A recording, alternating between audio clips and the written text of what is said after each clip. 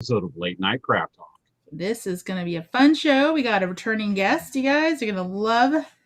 Let's make sure. I want to see our. Are you seeing a notification yet, James? I'm seeing a notification. That's why I said we've gone live. We are live. We have a heartbeat, soul, blood rushing, and happy as heck y'all here. Yes. So much so that I can hear Princess Leia wagging her tail. Totally. She is totally wagging her tail. Let's do some in a box. In a box. Hold on. I'm getting some shares done. Yeah. Okay. Let's see here. Okay. So I'm going to share this. Share. If you guys could do me a favor and share the link. This is actually, I'm going to share it on our guest's profile so that his friends can watch. And then mine. Get those speakers turned down. We got a couple of feeds to watch. I know.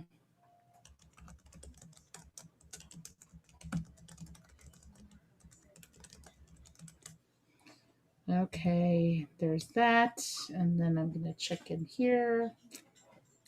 Yeah, we got to watch a few feeds tonight. Typing. Yep. Okay, share. Let's see. Share my news feed.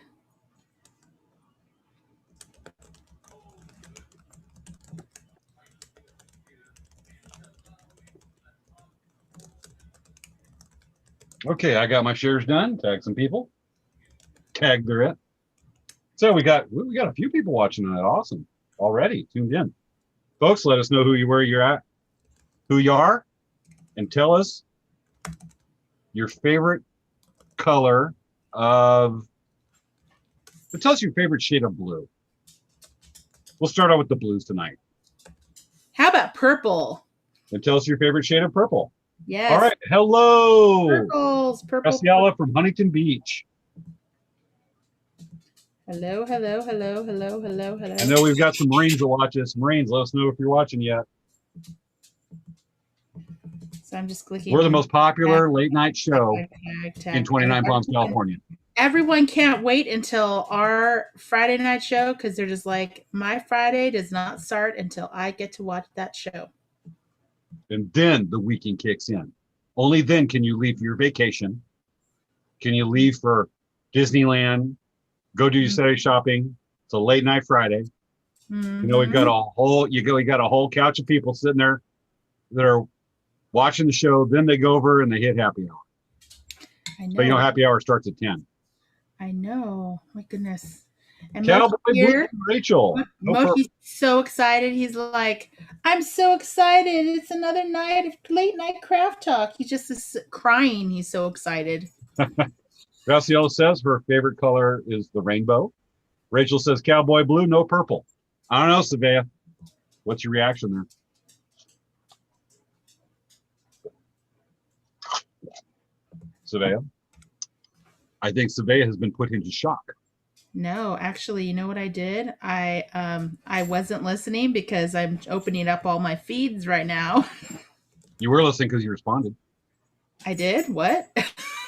I just heard you said you're in shock, and I didn't hear what happened before. Well, so. Rachel says that her favorite color of blue is cowboy blue, not purple, which obviously no.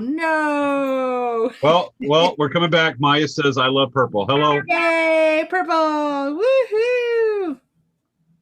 Purple is the best color in the world, people. Gotcha. And I got people texting. Do. Boop. Yep. Okay, let's see. So we got Maya here, the president of the Friday Night Monster Hunter Ninja Friday Squad. Yes. Matter of fact, I think she took on a new position, Admiral.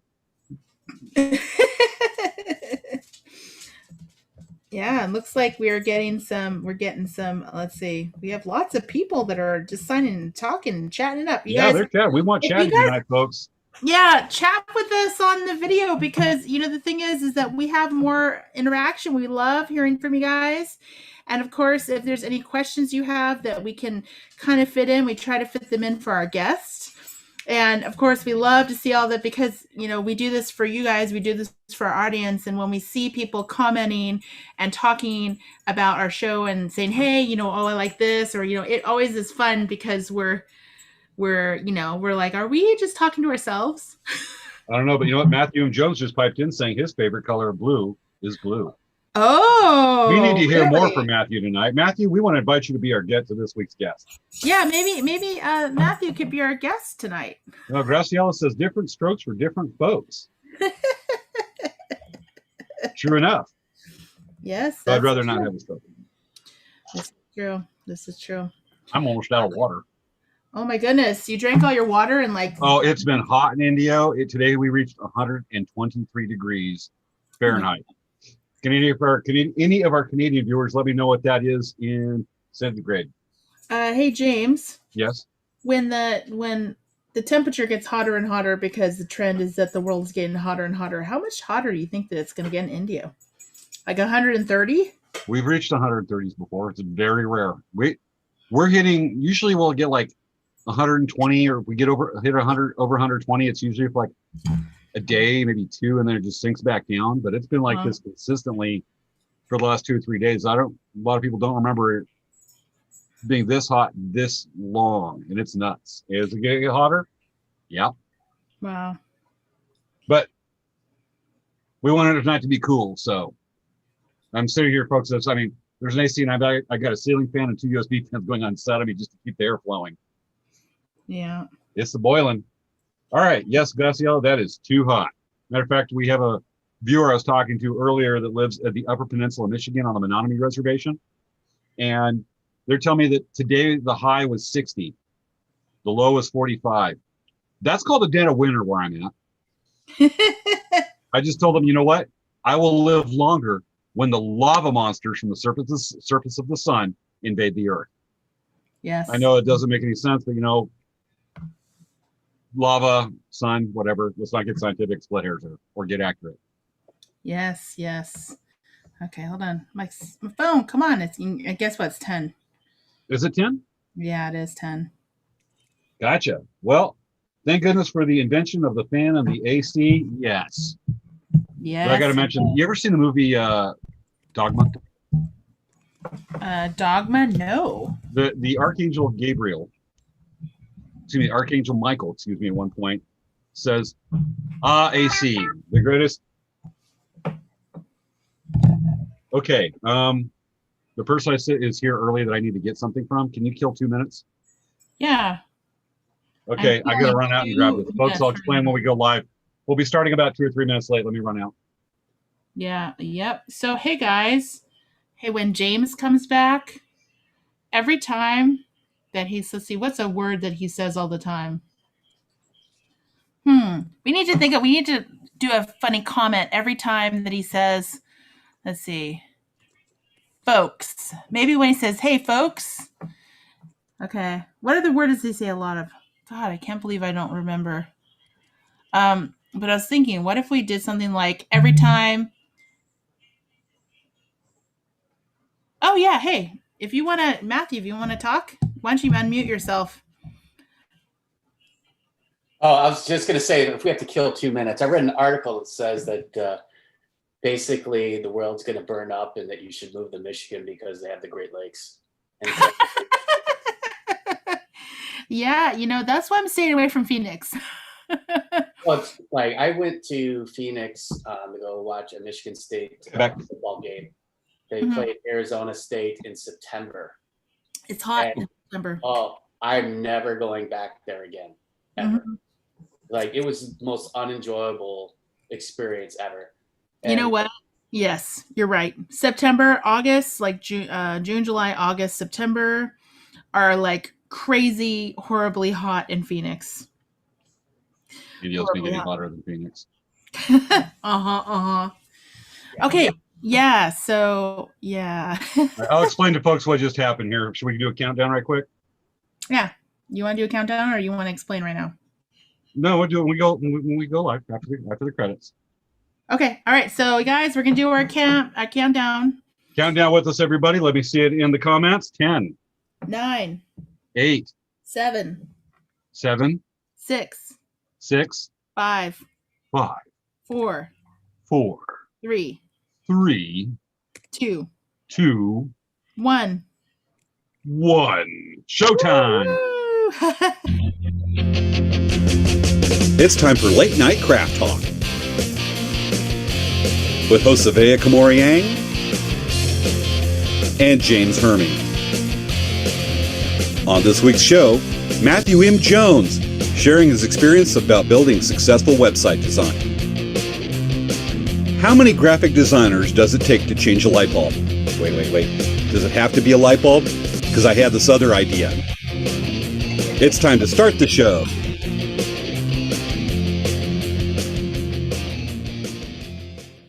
Do.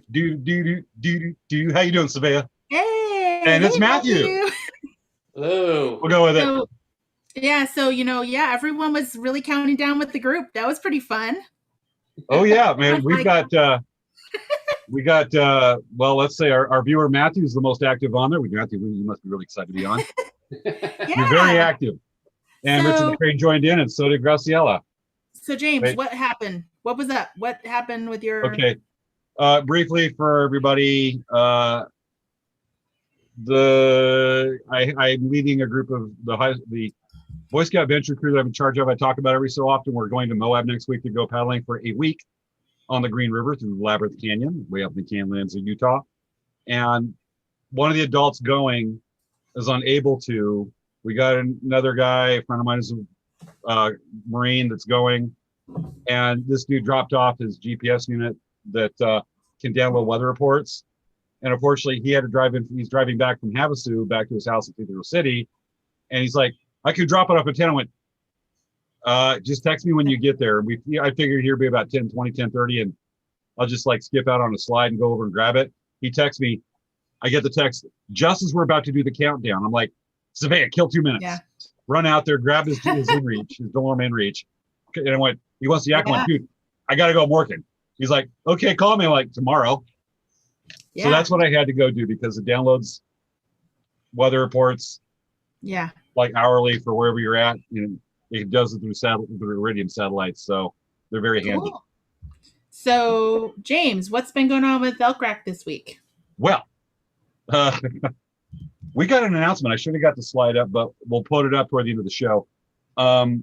Getting ready for shows are starting to open up, and good news. We got a powwow on the schedule.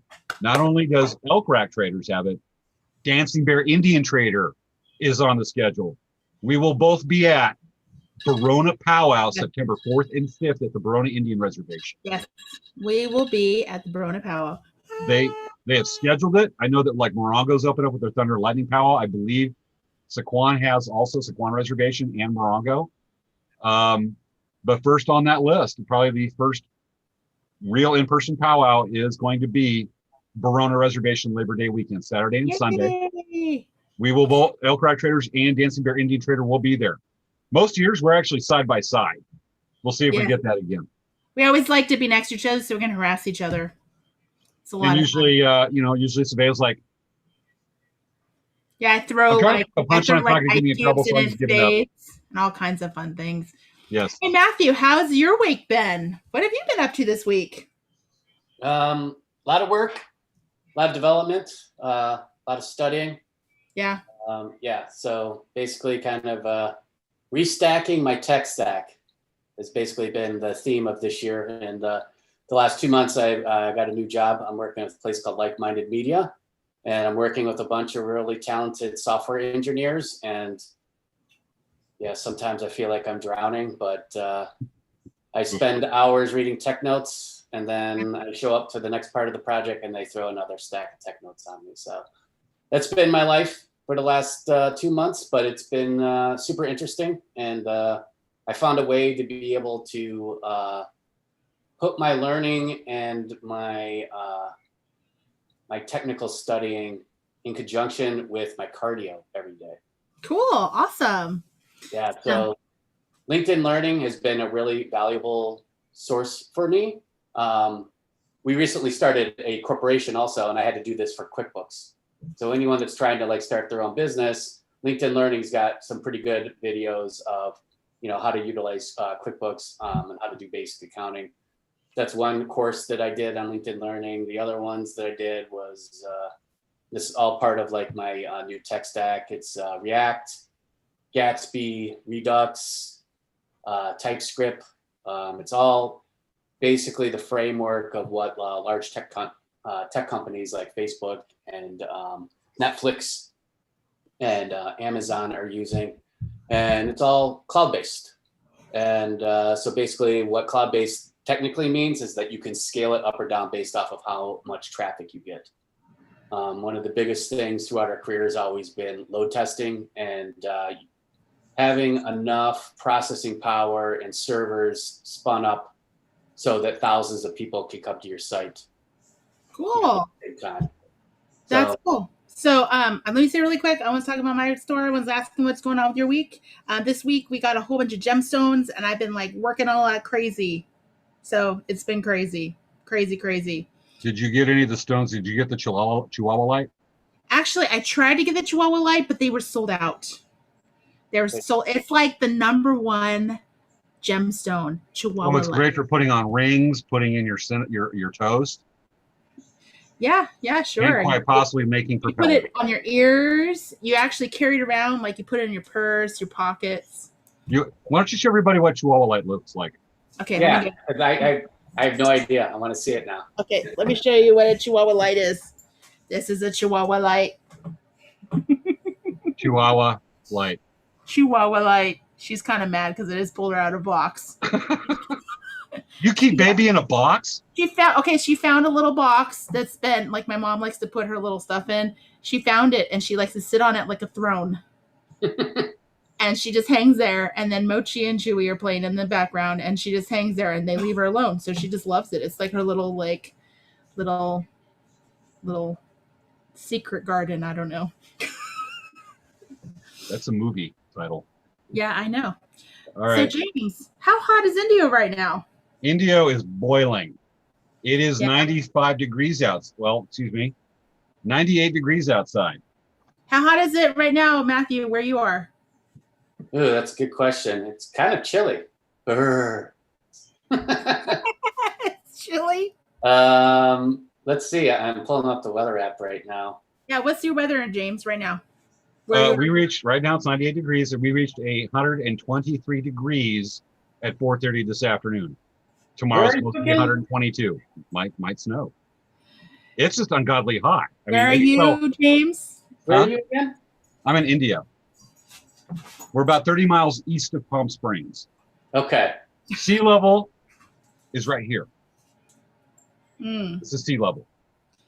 So it was only like in the 80s today, James, and it's 64 right now. Oh, it is nuts hot. I mean, I should probably.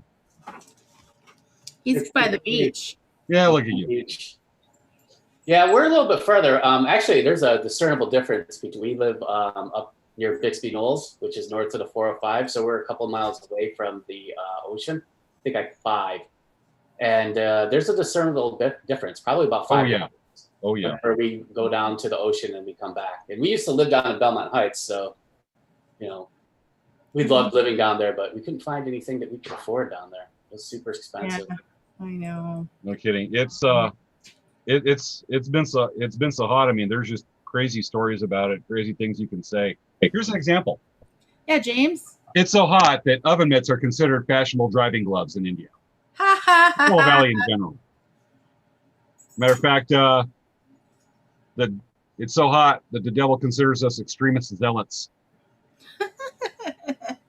It's so hot that tap water has 2 temperatures, hot and OMG.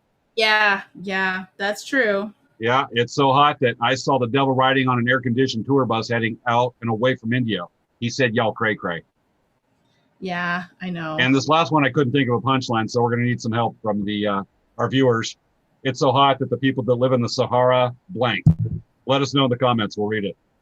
And I have one. It's so hot that the jalapenos wanted to go in ice water. Don't you mean jalapenos?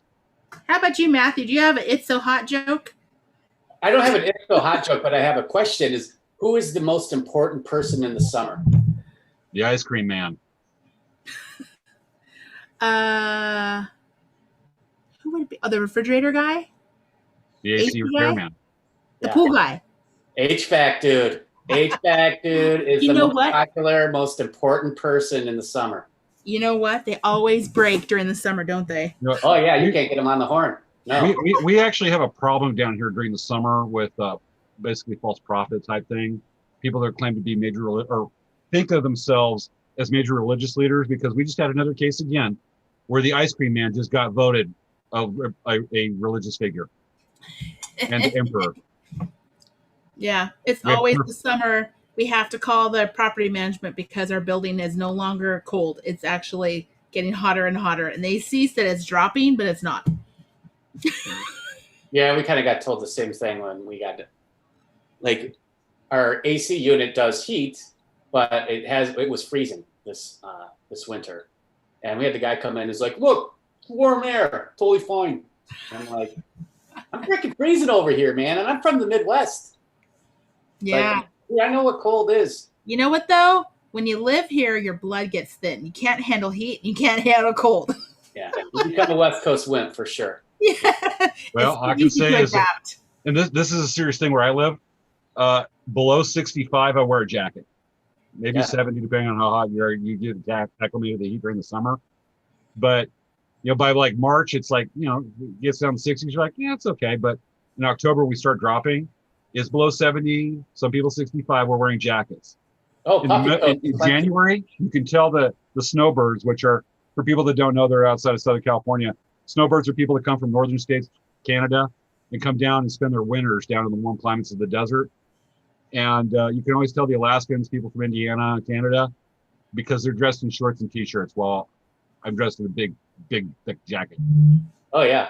Dead People good. out here with their Uggs and their puffy coats, and back home, they're like busting out their shorts for the first time in the spring. Oh, during the pre-show, I was talking about a serious conversation as the guys and his wife that are on the Menominee Reservation, Upper Peninsula of Michigan. Matter of fact, they may be watching. And they came down for a powwow here in Indio in early March.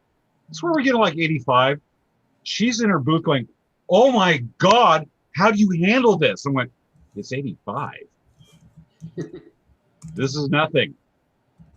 This is spring. Sometimes we hit the 80s in January. It's insane." Yeah. HVAC guy. Numero uno. Yes. Oh, yeah. So, I'll click here. Okay. So, what was I going to say? I was going to say something. Oh, remember how they used to say May gray and June gloom? I don't think I'm going to say June gloom anymore because it seriously has had no June gloom this year. I think it's been all heat. Yeah. It was nuts. Like, a week and a half ago, or a little less than a week and a half ago, we were like a high of 97, 98. Mm-hmm. And then boom. Yeah. But onto that, I think let's go from the hot topic to a cool subject, and actually started the interview with Matthew. Yeah, I know, right? We're at that time frame. Matter of fact, should I go ahead and let's go ahead and bring up the slide. Let's make it formal. Let's pop up the slide. Yeah, we did things a little unconventional this time, but it's all good. Yep. All right, for everybody, want to get rid of that slide. That's kind of old. Let's bring it out formally. Let's say tonight's guest, Matthew Jones, talk about website design. Ba-boom. All right, Matthew, welcome to the show. At some point, I got to ask what those statues are on that shelf, that table behind you. Yeah, I think we do know what the statues are. I want to know. Let's just find out now, if you're good with it. Inquiring minds want to know. So a lot of this actually represents my work. So we got Toothless from How to Train Your Dragon. I got this one on the How to Train Your Dragon website. That's Toothless. Aww. We worked on some stuff for Vikings, and this was Floki, was a giveaway Oh, for the Vikings campaign. nice. We pitched on aliens, and I don't want to touch any of my alien stuff because it all falls down. See, now I ruined it. There it is. You can just point. You don't have to lift it up. Yeah. Well, it's hard to see, but so we got a Predator. I just thought this one was awesome when I was collecting Funko. We got a 3D generated, 3D printed Buddha Yoda right here. That's Cool. a Big Lebowski rug. See, I'm ruining everything. And we got Rico, we got R2D2 with his bar. And when I ever get a bar thing, this one's definitely going on my bar. So this is when he's in his bar get up from. Oh, That's it's awesome. cute. Yeah, that one's awesome. I like I see Bob's Big Boy right there. Yeah, and that one's from my wife, and that's actually a prop that she used in this crazy video that she got intervention for that she made when she was in film school at Fair State. So there's a funny story behind the Big Boy. But yeah, that kind of represents Michigan. So we got Cars 2. I forget what he was. He was Michael Caine's character. So that was the first website that I worked on when I moved to Hollywood. Oh, cool. Yeah, that's a good one. So Wendy is saying, nice collection. Everyone's enjoying looking at your goodies over there. Yeah, Wendy's actually one of those people loves to do go hit the like Star Trek conventions, sci-fi conventions. She's into Witcher, and what do you call when they dress up at one of the like sci-fi conventions? Cosplay. Cosplay. Thank you. She's big into cosplay. She was Squirrel Girl at the Phoenix Comic Con a couple years ago. Oh, fun. Yeah, one of the things that I miss is that, and I can't seem to get tickets to San Diego Comic-Con. I only had an opportunity once. Otherwise, it's really difficult. And of course, last year, COVID, but I used to go to the Chicago Comic-Con all the time, and I loved going in Artist Row because I got some really great autographed photos up here. I got one from Michael Biehn in Aliens, and it says, "Dear Matt, stay frosty, Michael Biehn." I've got that one. There's too many swear words. I'm not going to do that. I got a certified Michael Douglas from Romancing the Stone, which is on my list from later. Yeah. I got Iron Sheik WWE. I got that one. We got God. I always forget what her name is. Linda Carter, Wonder Woman. I got that for my wife for her anniversary. Aww, Linda Carter. Oh, Linda Carter's class act. And I got Lou Ferrigno. That was a good one. I got it Chicago also. Oh, cool. But my favorite one's got to be from John Token, who plays Principal Strickland in Back to the Future. And it says, "Don't be a slacker, Matt Jones." Awesome. Awesome. That's awesome. Oh, I love it. Oh, my goodness. My favorite for sure. Hands down, my favorite. That's it. That's so great. The coolness factor on that is great. Yeah. That's wonderful. So that's my wall of nerd. And it was funny because when I asked John Token, I figured it's like, oh, everyone's asked me for that. He looked at me kind of like, oh, really? Okay. And I was like, dude, no one's ever asked you to sign that? Don't be a slacker? It's like, that was your main thing. What are you, a slacker, McFly? You know what, though? He was in Remington Steele. Oh. He was he in Remington Steele? Yes, he was the super annoying detective that would like come along and go, keys. He was Keys, and they hated him, and he would always come around like, and he had like this big old cigar. Yep. Just like Top Gun. He was like that same character yelling at Maverick. Yeah. Okay. He's not in the Top Gun Maverick, the new movie coming out, the sequel. I don't know about the new one, but he was in the original. Oh yeah. Yes. Okay. So the reason we brought Matt in is because he's an expert on web design, and he has really good insight into, for all of our guests, if you want to build a website, if you're an artist and you want to like get tips on making a website, or if you have a website, like, so Matthew's gonna be here. We're gonna talk a little. He's gonna show us and give us some ideas on different website things. I think one more description could probably be is just what people should look for an idea for their website should look like. And how Yes. So he's a really good web designer, guys. So talented one. And so we thought that for our viewers, they would like to, if you have any questions about web design, you can always contact him. He does web design. So, and we put his website in the description so you can contact him. Okay, so what do you have for us, Matthew?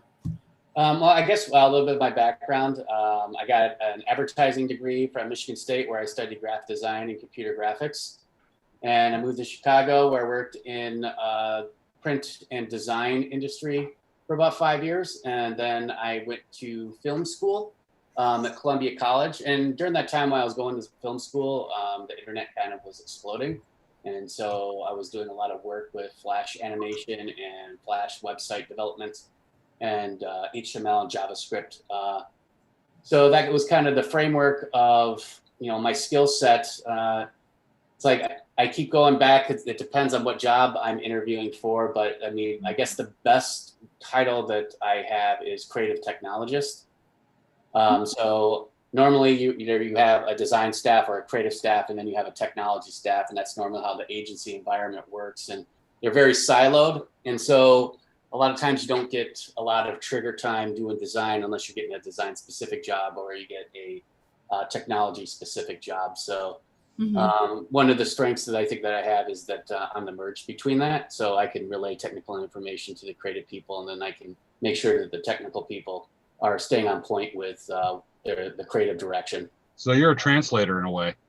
A little bit. It's like it's left brain, right brain. I'm kind of like in the middle when it comes from a staff standpoint. So like my film school animation training has helped me with, animating dynamic environments, utilizing video components as part of your messaging and as part of your development scheme.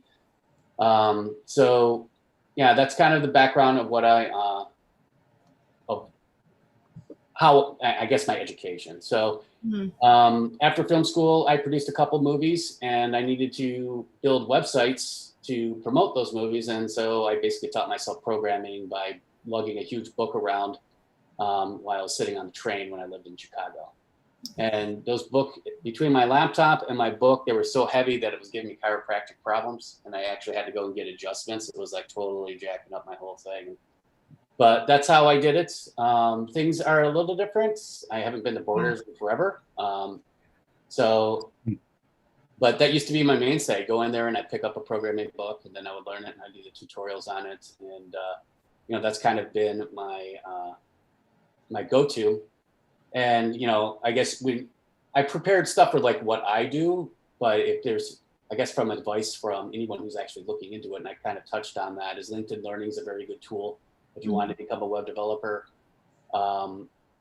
There's a constant demand and constant need for people that can do JavaScript programming and programming in general. And once you learn one program, there's this thing called, I was thinking about the other day, like, when did I start dreaming in code? And it was like right in around the time that I was lugging that book around, messing up my posture. And I found myself, at the time I was having trouble sleeping, but then you get into a loop, like a programming loop in your brain. It's almost like counting sheep. It's really kind of bizarre. And if you talk to anyone who's ever done program, once you can start thinking in kind of an abstract format, and being able to abstract logic in your brain, it's like, I don't know, it opens up a whole new level of creativity that you couldn't do just with Photoshop, which I fired Photoshop this week, except for my doing my gallery of infamy stuff. Like from a design tool, I got turned on to a new piece of software. So anyone that's looking to be able to do design, Illustrator or Photoshop are no longer king, in my opinion. It's called Figma, Figma. And basically it's an online design resource where multiple people can work on the same document at the same time. Wow. Be able to leave You each got other. collaborative sources for that. Yeah, so it's a lot like doing a Google Doc, but now with like a Photoshop environment. Oh, wow. And the tools that are there are super convenient and set up for doing UI and UX design.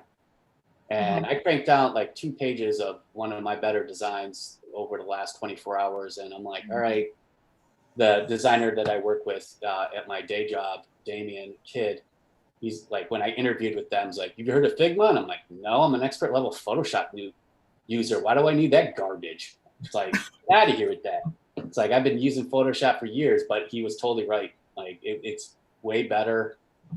Just grouping stuff and being able to come up with like thumbnails and being able to scale them all at once and creating components. It's really, really powerful tool. So that's the new thing that I learned this week. Is this subscription based? You can Yeah. be free right off the get-go, but when you start where they start charging you and it's not that expensive is when you start having multiple users that can go into your file and work on it at the same time. Okay. So it's tiered upwards depending on how many people are within your organization. But I signed up for a free one for my personal work. Yeah. I have an account with my day job or whatever, but I did a personal one because I do freelance work too. Gotcha. And- Is it somebody with they have, say, a lot of people are already going to be familiar with Photoshop. So if you work with Figma, what it's Figma, called? yeah. Figma, is they're going to have a pretty good learning curve on learning Figma? No, it took me basically a day, and if you're just starting out, I would say the ramp up time is going to be the equivalent on Photoshop or Figma. And actually it probably would be less because Figma doesn't have a lot of the image manipulation stuff like airbrushing and like the Gallery of Infamy photo that I did for you guys the last time I was on, where I photoshopped your face into a Photoshop. Figma's not for that. It's like Photoshop for manipulating photos. Photoshop is still the go-to. But if you're talking about designing websites or designing, postcards or posters, well, posters maybe it depends on what type of poster you're dealing with. But from a web design standpoint, because like I do poster design also, and Photoshop's irreplaceable when you're trying to merge imagery and try to come up with styling. Figma's not for that. Figma's really for buttons and like creating websites and environments. Gotcha.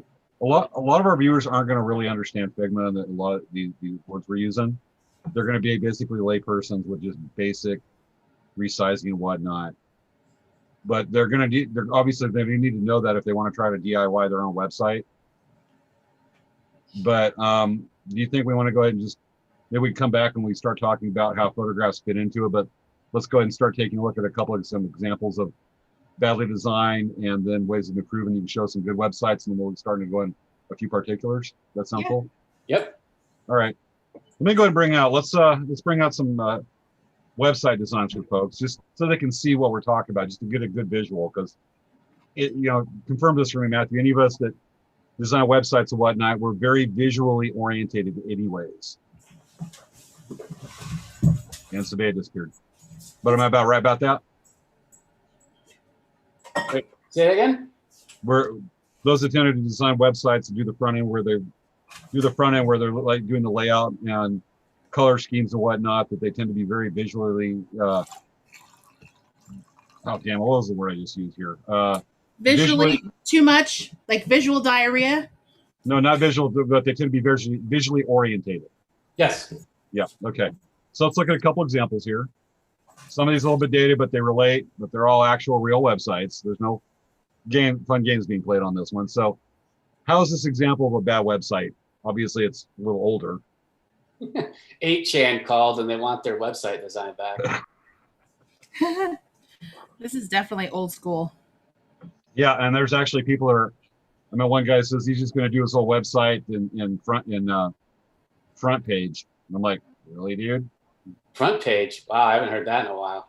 Yeah. Well, what was it? The predated front page? What was the program before that? Dreamweaver, maybe? It was the competitor to Dreamweaver. Microsoft's competitor to Dreamweaver. I don't even I'm know. forgetting.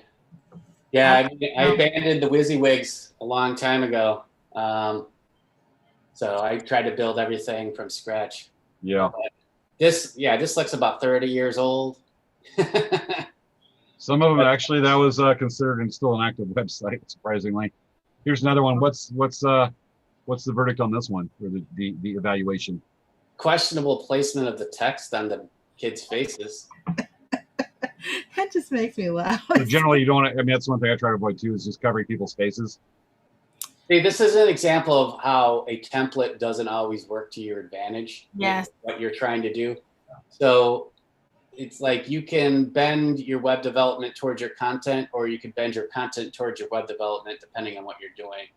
Honestly, this looks like a WordPress theme that they picked up, and that probably the example had maybe like 4 words, and then they crammed a whole sentence in there, and then they put a background image in there that didn't work for what they were trying to accomplish. This probably maybe if they made it more transparent, it might help a little. Maybe. I mean, I try not to put anything on anybody's face. You know, working with Hollywood stars, anything that like came close to their face or obscuring their face, we got a call from their agent, and we had to move it. I remember there was a fight between Jamie Foxx and Channing Tatum's people. I don't know if they had anything to do with it, but it was like who was bigger in White House Down. It was like the two main characters fighting about who's bigger in the poster and who's bigger on the website. So. Gotcha. It's actually not uncommon. All right, so we have another example. This one's going to be blaringly obvious. I just don't know what this is. It doesn't look like good hair. Headhunter styling since 1978. Wouldn't you want to show someone's face? You would think, you know. I mean, wouldn't you want to show someone being all glamorous and be like, look at my hair, it's so beautiful. Normally there's more glamour shots here rather than the back of somebody's head. Now granted, like I follow like a barber, and I think sometimes people don't want their face on the internet, so this may be an actual client. But don't they have like stock photos for this kind of situation? Yeah, you could go to there's a ton of stock photo, like affordable stock photo options. Wendy said, "Is it cousin it?" That's what I'm wondering. Yeah, that was actually the first comment, right? It's like, yeah, cousin it. It's like, yeah. So let's go to this one. We should probably bring up later on use of stock images compared to what you bring up using your own. This one's kind of obvious why it's a bad idea. It's really busy.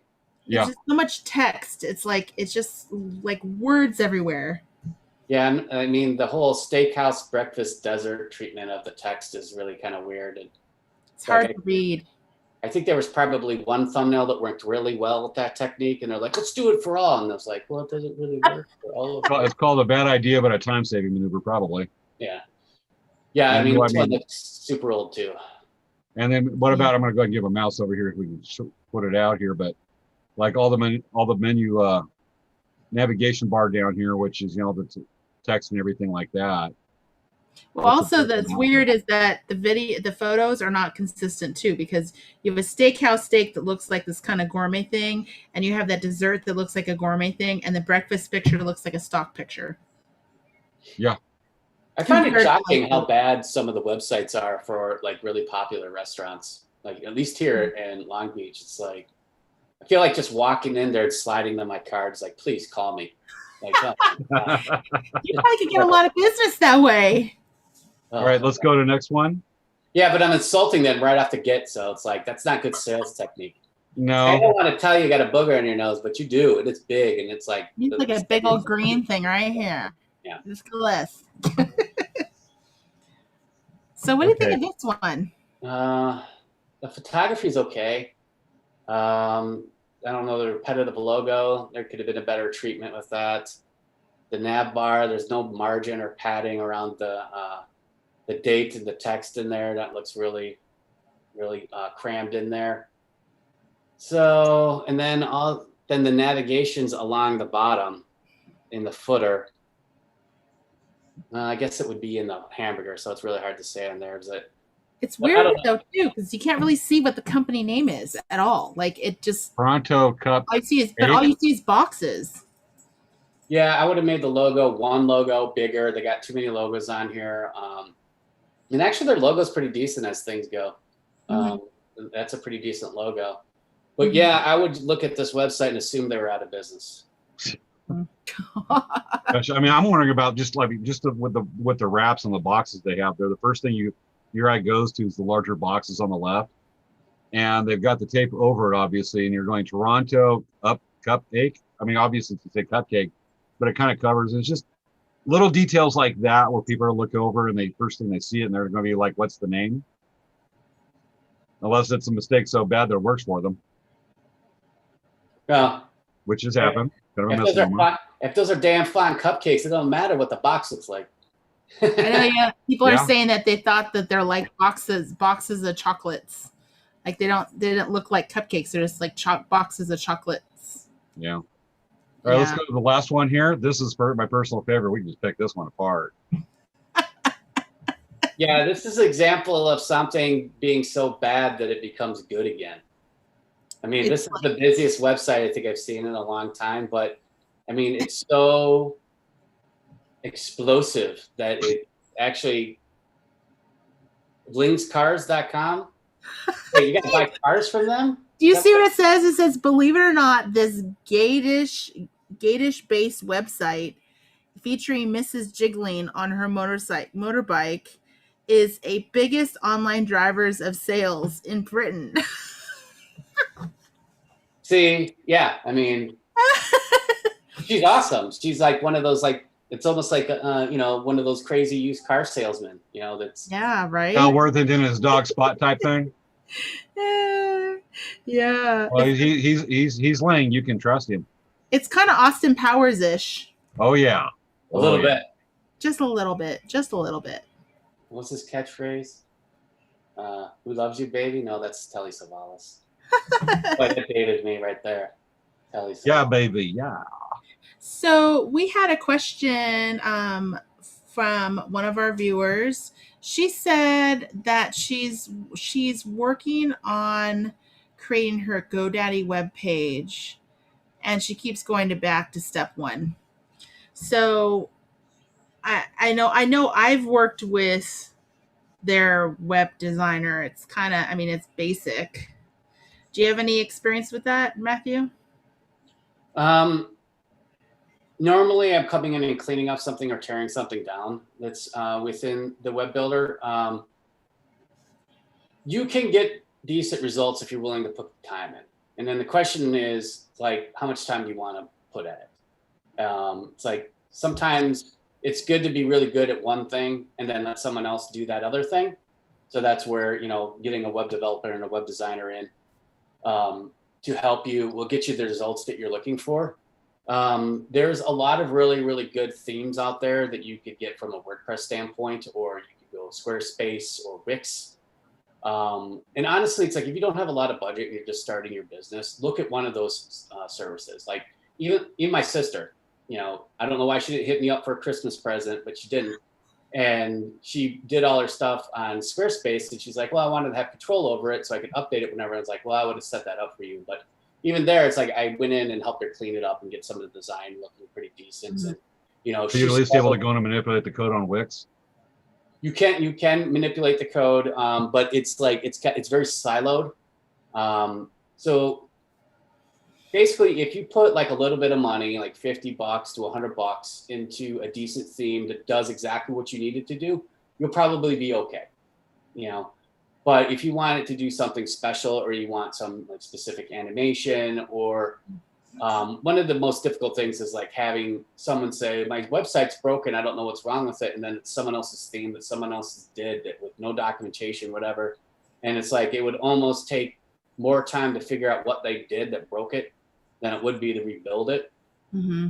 So, and like the advice I give to any of the examples that you showed right there is that those sites looked at least 5 years old.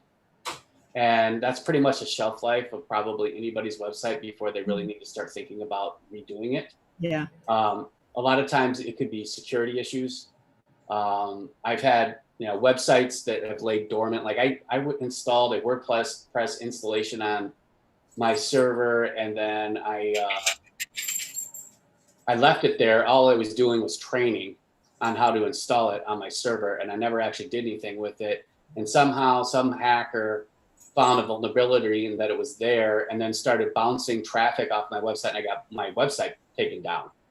And I had to like call up my service provider and be like, what's going on? It's like, oh, you're doing something malicious. Like, I'm not doing anything. Like, what are you talking about? Like, I haven't touched my website in like, a couple months. And it just turned out that there's vulnerabilities. And I guess that's kind of the same now, like the same argument about getting a new phone, particularly now that everything's like two-step authentication. Like, you want to constantly update the system software because most of the system software updates are, security updates. Yeah. So, always update with that. And I've even heard some arguments from a couple of my friends that you should get a VPN, but I don't know. I haven't looked into that particular yet. Yeah. But we may be getting too technical for some people, like or the question that Savea relayed about just trying to not be able to get beyond step one with GoDaddy's site builder. But you know, the WordPress stuff, I mean, it's so important to just keep that backlink flowing on there. And for the security all I have to issues. say about the website builder for GoDaddy, just play with it. You have to really spend a lot of time and just play with it and try to see if it works for you. Because if it doesn't work for you, then you have to look for something else. I've played with GoDaddy's a little bit, a couple of others, and the thing is that a lot of people want to have their website looking like this, and I think that their dreams are beyond the ability of the website builders. They're very simple. It's just an online presence, some pictures, maybe a plugin for doing a shopping cart using like Squarespace or PayPal or something like that. But your ambition may be more than the website builder is capable of on that one. I mean, I think at a certain point you really have to work with a web developer, or you have to know how to do it yourself, because you know all of these different programming, all these different things, it specifically gets you going, and then at a certain point you're going to have to work with a web developer, or you're going to have to work with it and figure it out yourself. So I mean, that is true, and I can't tell you how many times we've redesigned our website, so many times over the past years, you know.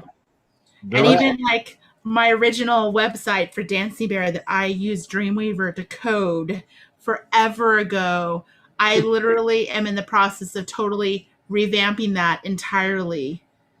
And it's like, you know, I mean, we pay for a service. We use an e-commerce platform that has a web-based register. So all of that's all together. So we basically are paying a web designer every month to have a service where we can add inventory, we can have pictures added, we can have all this stuff. So like once you get going, you really have to have a service. Yeah, and one of the things that I've been kind of realizing with a lot of my smaller business clients is that they're trying so hard on their business, they're not really managing their web presence as effectively as they could. Mm-hmm. And even finding a social media person that's going to do one post a month, which, you know, you could do like for $50, depending on how long it is or how much content it is. And having someone actually do that for you, like the key element to anything that you're doing from a website standpoint is you want to be able to update it. You want to be able to update it without having to be very technical savvy. You know, you need to have the experience to be able to maintain content on Facebook. I mean, it's that level. But I mean, that's really what you want. And that's what you want to focus on rather than actually, you know, what the web development or the web design is. It's like you should be worried about content.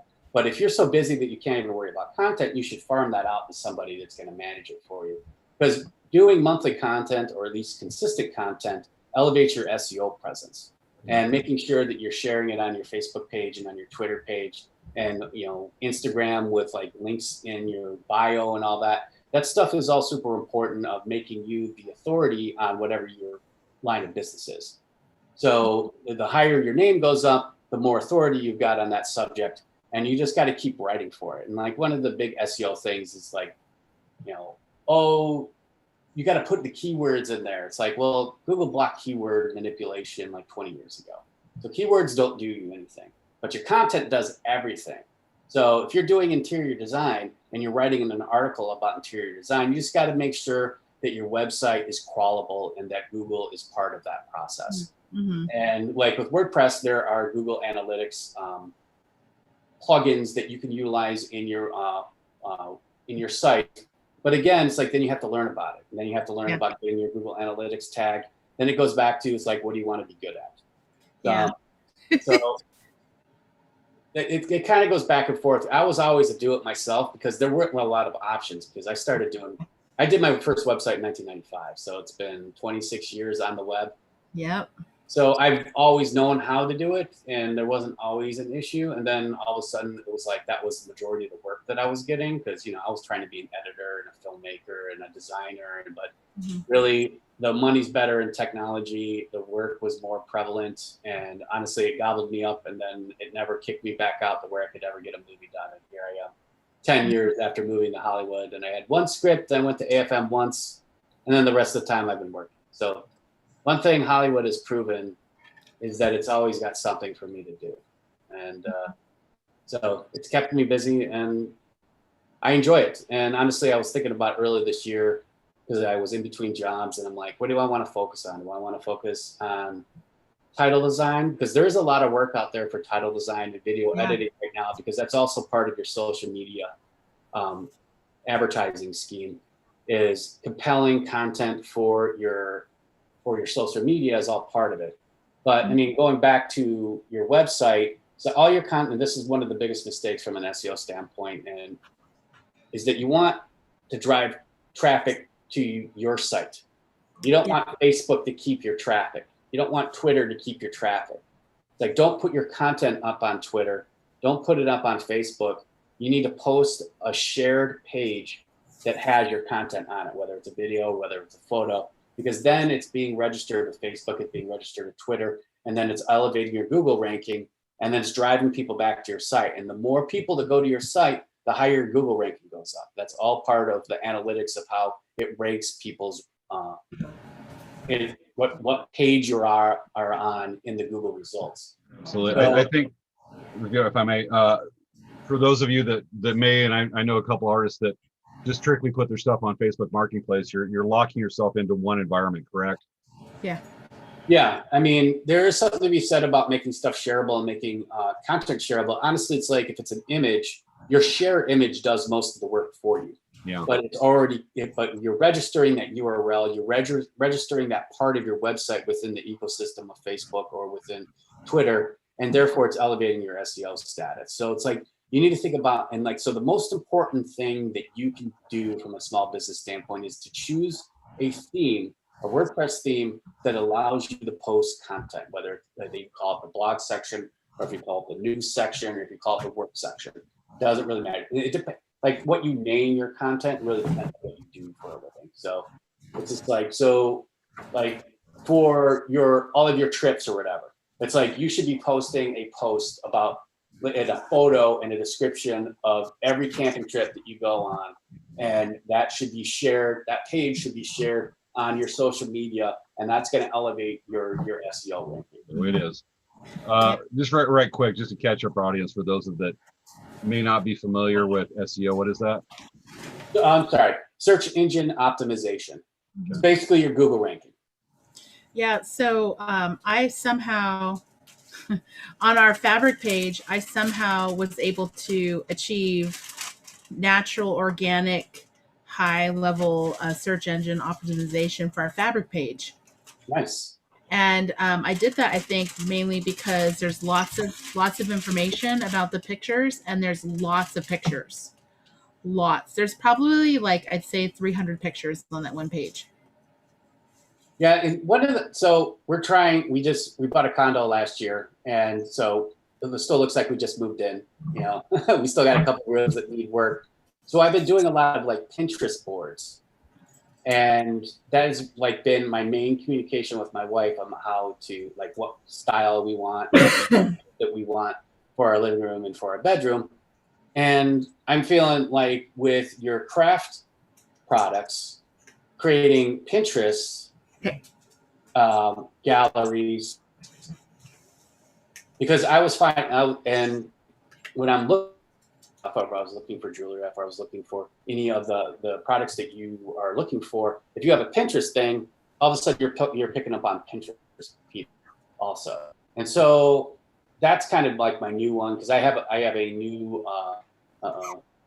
this is my, hopefully it holds out, but she's doing interior design, and that stuff's just perfect for Pinterest. And so now, like, my next wave of development is how to really utilize the Pinterest ecosystem to index her images, because every location that she is selling has photos. And so, but those photos are also ideas for interior design. You know, she's just doing staging. So it's like, how does that become part of the ecosystem? Because that didn't really matter what image or where it was coming from when I'm sharing it and putting it into my Pinterest board, because, you know, I needed it from a visual standpoint. So either way, it's like Pinterest can be a way to be able to help that, but it really all kind of starts from your website, and then they can put pins on your images within your website And basically that's another SEO ranking, because now Pinterest and that image is being shared around Pinterest. So every time someone shares that particular image, you're getting more credit. You're getting more SEO credit. So if you're a photographer, or if you're selling specific products, or you want to encourage Pinterest image sharing as a way to be able to drive traffic to your site. That's really interesting, because so is Pinterest still really a thing? Because I know that like for a while Pinterest was like the thing, and then Instagram popped up, and then I'm just like thinking of all of the. So is Instagram really still relevant in the world? Is Pinterest still actually relevant, right? I think that also has to do with the demographic and who your target audience is and who's using particular things. Instagram, I think that millennials, like maybe like late 20s, early 30s, gravitate towards Instagram rather than Facebook, because they feel like Facebook is grumpy old man time. And and then like the young kids, they like the TikTok because they're doing all the dance videos. My nephews are constantly showing me TikTok videos. And Twitter, it seems like that's for QAnoners and conspiracy theorists, and anyone that wants to yell at the world. Twitter is kind of an ugly place, and I usually only use it to like follow celebrities and political figures, and also Twitter's still around. Like it's still way relevant. Yeah. It is, and basically a lot of celebrities use it primarily for their communication with their fans. So, I don't get a lot of traction on Twitter. Most of like my traction for the type of social media engagement that I have happens on Facebook. But I post it everywhere, particularly when I'm like posting like a new website that I worked on. I post it on Twitter and I post it on my Facebook. And I have a Facebook portfolio page, and that's my public facing page, and that's what I use for my work and my business. I don't want to have my Facebook page forward facing, just because one, it's personal, and two, sometimes I get political on it, and I don't want people to judge me. I want them to like my work. So I think there's something to be said for anybody. If you're going to start a business, do a business page in Facebook, and then you can communicate that way. And that would be my best suggestion. And if you're trying to become an actress or an actor, please use a stage name. So if you ever need to back out, and you're probably going to have to back out of your career, use. Gotcha. Because that has consequences. I had an actor friend that was hounding me for years after all of his acting, and he doesn't even act anymore. He's like, "Could you help me get this off of IMDb?" I'm like, "You're part of the ecosystem, man. You should have used the stage name." Oh my gosh. So that's my advice for any aspiring actresses and actors. But yeah, I mean, SEO can be good or bad depending on what happens. But it's super important when you're trying to get your business off the ground.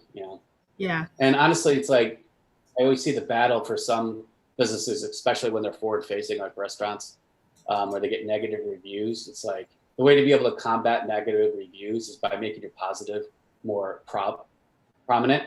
Like you're going to get somebody that's mad. It's like, there was, fly in my water, it's like, and they'll just hate on you forever on Yelp. But, if you're encouraging engagement with your users, and it seems like restaurants really just rely more on Yelp than anything these days. Yeah, they do. Like that. At least they're starting to become some ways where I've had a friend that former guest on the show actually that had somebody went on a tirade about them over really nothing, and did a negative Yelp review, started creating fake accounts to do more negative Yelp reviews on her. And at least there's ways where they can. It used to be that they couldn't do any kind of retort, and now they can. I believe that's on Yelp now. I don't know. They can do a retort to the negative review. The only problem with Yelp is that the people that are making these reviews can actually put some really awful stuff, And there's no way for the business to try to remedy the situation, and that negative review will stay on for years and years and years and years and years and years. It'll never go away. There was some person that left a negative review on our Yelp. I think they came in when we were in the process of moving and reopening, and we were trying to be reopen as fast as possible. And there was still stuff on the ground and whatnot. And they're like, "Oh, it was so bad." And they just go to this other store. Don't go to this store. And I was like, "Wow, really?" So, Are you guys familiar with Popeye's Gate? Popeyes. You said Popeyes Gate. Yes, Popeye's Gate. This is involved fried chicken. It does. It does. All right, no, you totally got my curiosity just over the name itself. Okay, so was a restaurant, going back on bad Yelp reviews, that was downtown Long Beach, and my wife and I would go there after yoga on Saturdays for like over a year, maybe 2. And it had Southern breakfast, and it was so good. It was called Sweet Dixie. And they had this great dish called the Carolina, and it had pimento cheese. It was just so good. And one of the items that they put on there was chicken and waffles. And there was a local blogger that saw them bringing in bags of Popeye's chicken into the back door, blog about them using chicken tenders from Popeyes. And I was just like, man, I've worked in the food industry, man. These are just frozen Tyson chicken tenders that we're serving people. Just like the chicken tender industry isn't like this proprietary industry that you need to be making it by hand. But either way, he wrote this article about her, and she was I friended her. Her name is Kimberly Sanchez, and I friended her on Facebook, and she was like running this business by herself. It was just like, a really thriving business, woman-owned business. It was just like, and it was doing so good. And then this guy wrote this article about the Popeyes, and everybody, like, I'd never seen so many trolls in my entire life just descend upon her Yelp, just descend upon their Facebook. And then I was just like in troll prevention. It's just like, dude, why do you care? You live in Brooklyn. It's like, dude, why do you care what's happening at this restaurant in Long Beach? Like, why are you hating on this person? And basically, it drove her out of the business. I mean, she survived it for a little bit, and then was trying to use the media against it by, selling Popeye's Gate shirts, and and I think Popeyes even made a sandwich for her, like, over the whole thing. But like I said, I friended her on Facebook, and it was really, really sad. Like, the people that were coming out and trolling her because of this, I'm like, this is a really good business, you guys, and you really shouldn't be doing this. And I mean, she like thanked me and said she'd give me free food. I'm like, the last thing I want you to do is give me free food. Please just don't go out of business, because I love your breakfast. And trolls are incredibly vindictive. Yeah. And okay, I'm just gonna get a text now. Incredibly vindictive, worst cases of humanity, and little people that it's easy to think they're anonymous and put stuff out on Facebook when they don't have to see somebody face to face. It is incredible how evil they are. Yeah. Somebody comes along trolling. Yeah. We all know them. Yeah. And honestly, it's like, there's a legitimate argument to, is social media destroying our society? Is there an argument for that? I don't know. I've been doing this since 1995, Yeah, unfortunately, there is a lot of these social media sites. There is an undertone of the worst tones of humanity. At the same time, you can learn some great things. Here we are. I mean, we're on Facebook. I'll admit, sometimes I look at Facebook as a big ass hole in the ground of the worst of humanity, but at the same time, it's a great tool. Yeah.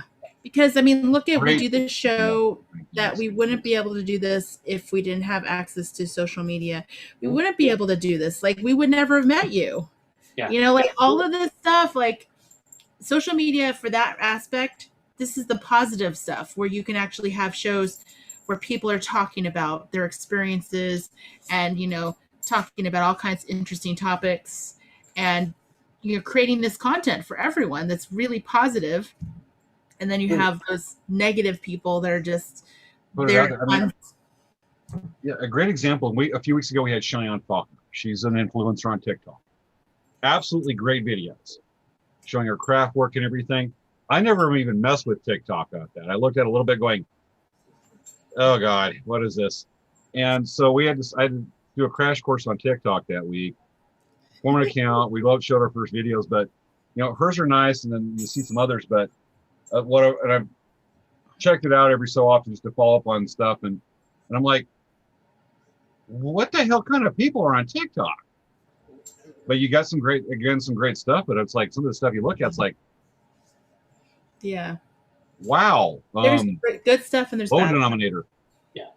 Well, going back to my figurines here, you see that big one? That's Johnny Sacco's robot. Do you know what Johnny Sacco's robot is? It used to play back-to-back with Ultraman when I was growing up, WXLN in Detroit. Okay. He basically looks like an Egyptian pharaoh, and he's got like rockets that shoot out of his fingers. He was basically created by the same guy that did the original Godzilla. And I found a group of Johnny Sacco robot fans on Facebook, and it's like my favorite thing. Just a bunch of nerds posting memes and like recutting the trailers for Johnny Sacco's robot. Like that is the good part of social media. It really is. But then you watch Q Into the Storm on Netflix, and you're just like, oh my God, we're all gonna die in a fire. I still gotta watch that.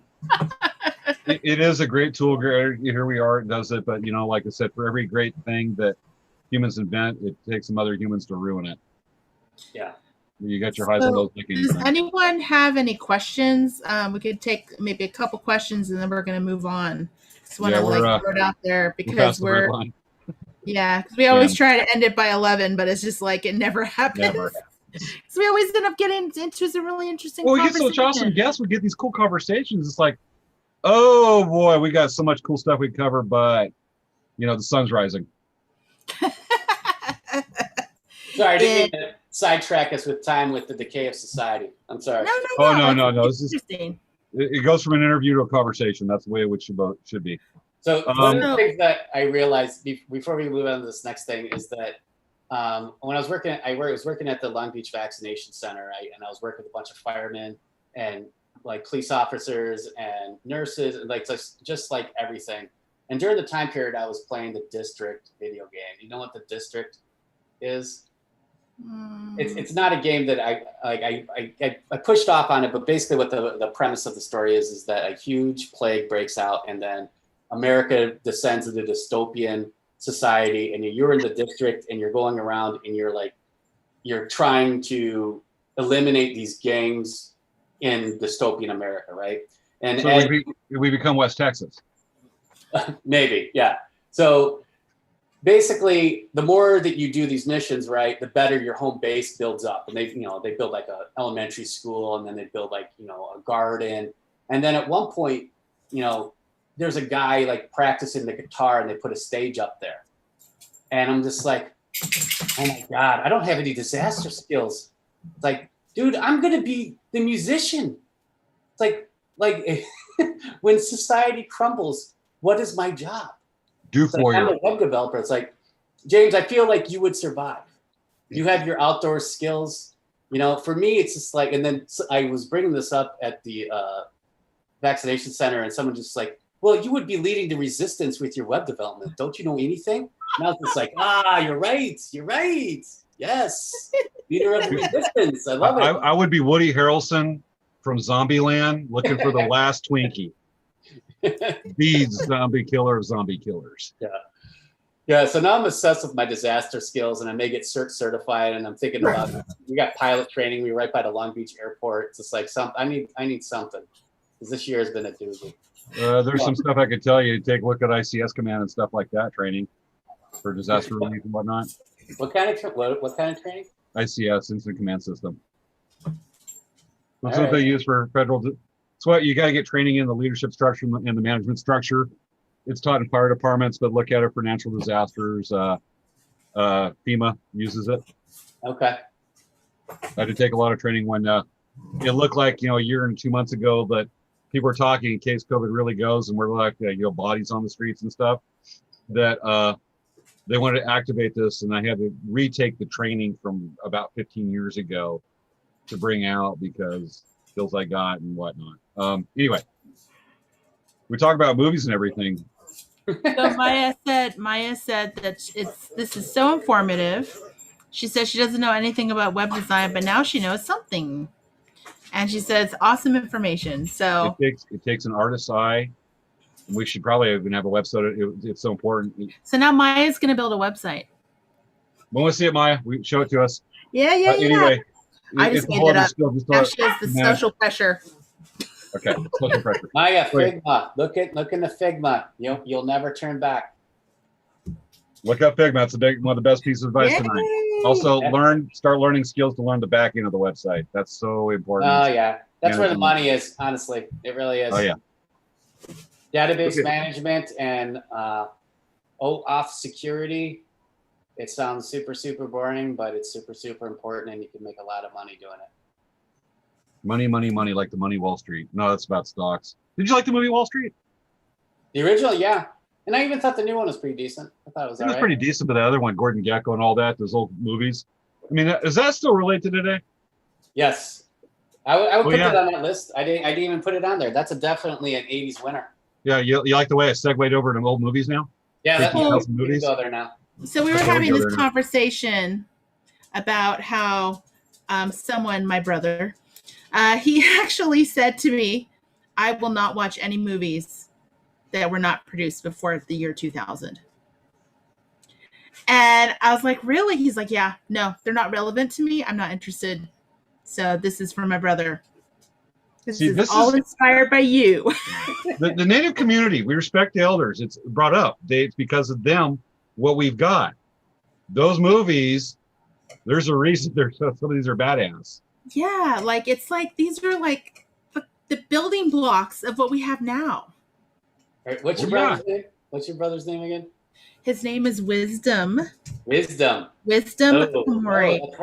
That's wrong. So Wisdom, we're talking about you. All right, Wisdom. He's not watching, so I was just like, what? I think just to talk about it offended my sensibilities, Wisdom. I'm just gonna tell you right now. It's just like I got a list, and we were only supposed to bring 10. I did 40 without even thinking about it. Yeah. Folks, earlier in the week, we were going to plan was to bring up. I was going to do my favorite 5 movies that withstood the test of time that's still considered awesome today. They're movies that have aged well. And Surveyor was going to do 5, and Matthew was going to do 10, and he sends us the list today, and I'm like, well, font's going to be a little smaller on that slide. Yeah, but you know what? The thing is, there's a lot of really great movies that were made before the year 2000. So we wanted to share with you guys. There's some really great movies. Let's go get them out there. All right, folks, we want to share. We're going to go each our favorites, but we want to show movies that have stood the test of time, our personal favorites. I'm going to go with my 5, because obviously Matthew's an overachiever here. I couldn't help it, you guys. Oh, yeah, dude. You threw some stuff on there going, if I only had the room and took the initiative to put more. I want to put my 5 picks. The Road Warrior, Mel Gibson. Nat Jones approved. Oh, yeah. So that's just fantastic. I love the Mad Max Beyond Thunderdome. This one might be, oh, God, no. Don't bring up Mad Max 3. No. Tina Turner, even though we got that great rhyme about Thunderdome, Road Warrior. I saw the Road Warrior at the drive-in in a double feature of Friday the 13th Part 3D. Oh my god! A lot of blood that night. Yes. Okay, Man Who Shot Liberty Valance came out in 1963 or 1962. Odd that it was filmed in black and white back then instead of color, but it's James Stewart and John Wayne. It is not. John Wayne usually gets big billing because it's John Wayne. Yeah. But he's actually kind of in some fair amount of ways a supporting actor to James Stewart. Well, James Stewart's a superior actor for sure. Well, I mean, yeah, he's a superior actor, yes. John Wayne, you get John Wayne in every movie. There's some like True Grit that he actually acted in, or The Lady Rooster Cogburn. But legit movie stands up now. It's all about the story. It's not about let's play a movie and just show John Wayne going, "Hey, Pilgrim." So that one's a great one. I'm not a big fan of a lot of John Wayne movies, but this ranks up there on my list of any time. Star Trek II: Wrath of Khan. Oh yeah, This didn't make my list, but it's my favorite sci-fi movie of all time, and I'm actually shamed because this was the #1 movie in the country on my 10th birthday. No kidding. Yeah, there was some meme that was like, what was the #1 movie when you were 10 years old? And I posted it on my Facebook page, so everyone had a discussion. 82 was a really good year for movies. What were the other ones? E.T. came out that year. Golden Pond came out then too, didn't it? What's that? When Golden Pond came out about then, or was that the Yes, it did that same year. There's missing a really good one now, but the one that was funny is that the #1 in the box office before E.T. Knocked it off its throne was Porky's. Porky's. Oh. Wow. Made a ton of money. There's a hero, any hero there. Yeah, that one did not stand the test of time. Gotcha. So, folks, for Wrath of Khan, what you may not know about it is that Ricardo Montalban, yes, that Ricardo Montalban from Treasure Island, Fantasy Island. This is proof that it takes, you don't have to have a bunch of acting and over-the-top fighting to be considered truly evil and a badass just from your acting and alluding to what you can do to a person, that their character can do to the person. There's really no fighting in this. It's just Ricardo Montalban acting, and holy crap, it's off the charts awesome. It is proof. And this is Sunny off the 5. Sorry. Oh no, do it. Should we say the same line that William Shatner can act? Oh, Come on! Yeah. All right. And we go to, and this is probably gonna be universal on our list, the Shawshank Redemption. Yep. Out. Damn standing. So I have a really funny story about Shawshank Redemption. So I was at my friend's house in college, and my friend's roommate comes back from whatever. And it's at the pivotal moment of the movie where they're on the roof and he's like negotiating free beers. It's like a pivotal moment. And my friend's roommate comes in and she's just talking really loud. She's like, blah, blah, blah, blah, blah, blah, blah. And I'm like slowly turning the volume up and up and up. It was so loud. And she was totally oblivious to the fact that it kept turning it up and up. And it was so loud when she left the room. My friend was in it. She was laughing because the girl totally didn't realize that I had totally blasted the show over her voice. Okay. That just comes down to personality faults right there. Oh, and then by the way, Dan just watched it for the first time ever about 2 years ago. Hey, at least he got it on there. The movie's just so timeless. All right. Shawshank Redemption. There was a Family Guy reference, and I was laughing because they did a Family Guy thing with Shawshank Redemption. And he was like, why are you laughing so hard? Because there's a part where Peter's hitting the pipe with the rock, and he does it to the Friends theme, and I started laughing.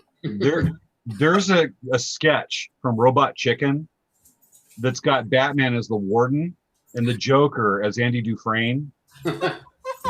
And that is so funny. All right, trivia. Who wrote this movie? Who wrote Shawshank? All right. Last movie on this list that's going to cross all genres, probably. So damn good, Princess Bride. I love Princess Bride. I made my wife watch this for the first time last week. You did?